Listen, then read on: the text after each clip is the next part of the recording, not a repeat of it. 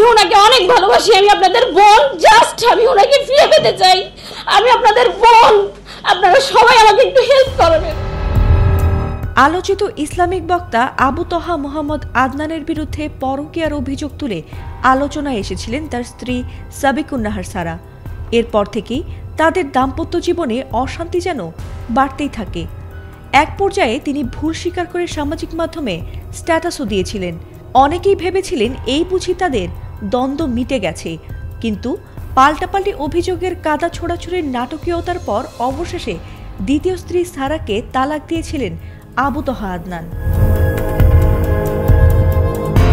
কিন্তু আবারও সামাজিক মাধ্যমে আলোচনায় এসেছেন এই দম্পতি, কারণ তালাকের পর 1 মাস পার হতেই আবারও বিয়ের ঘোষণা দিলেন আবু তহার স্ত্রী সারা। তবে তিনি অন্য কাউকে নয়, তিনি বেছে নিয়েছেন তার সদ্য প্রাক্তন স্বামী আবু তহা আদনানকেই। আর তাদের নতুন করে বিয়ের খবরও জানিয়েছেন তিনিই। কিন্তু এ নিয়ে নেটিজেনদের মধ্যে নানা আলোচনার জন্ম নেয়। তবে এবার তালাকের পর ফের বিয়ে নিয়ে ব্যাখ্যা দিয়েছেন তিনি। সাবিকুন নাহার নিজেই তার ফেসবুক পেজের এক পোস্টের কমেন্টে বিষয়টি জানিয়েছেন। মঙ্গলবার ফেসবুক পোস্টে তার সঙ্গে আবু তহার দ্বিতীয়বার বিয়ের ঘোষণা দেওয়ার পরই সেটির কমেন্টে তিনি তার ব্যাখ্যা দিয়েছেন।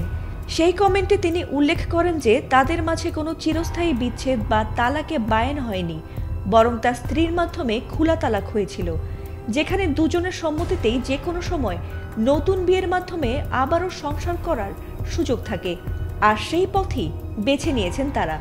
যদিও এই বিষয়ে আবু তহা আদনান এখনও মুখ খোলেননি।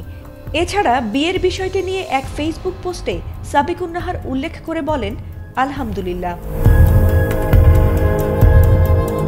সেই পোস্টে সারা লেখেন, কতদিনই বা বাঁচবো আমরা এই দুনিয়ায়, অনন্ত পরকালের চুলচেরা হিসাব আর চিরস্থায়ী জান্নাতের সাফল্যই যে সব।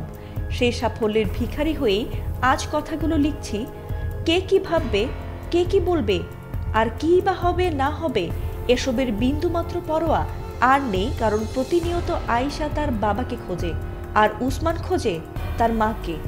আর তাই সব দ্বিধা দ্বন্দ্বকে পেছনে ফেলে তারা পুনরায় এক হওয়ার সিদ্ধান্ত নিয়েছেন।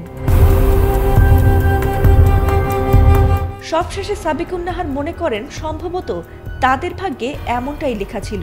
অনেক সময় বড় মাপের মানুষরাও নিয়তির সামনে অসহায় হয়ে পড়েন। তাই অতীতের ভুল থেকে শিক্ষা নিয়ে সব ভুল বোঝাবুঝিকে পেছনে ফেলে তারা আবারও এক হয়ে ভক্তদের কাছে দোয়া চেয়েছেন। ফাতিমা সুলতানা, এটিএন বাংলা।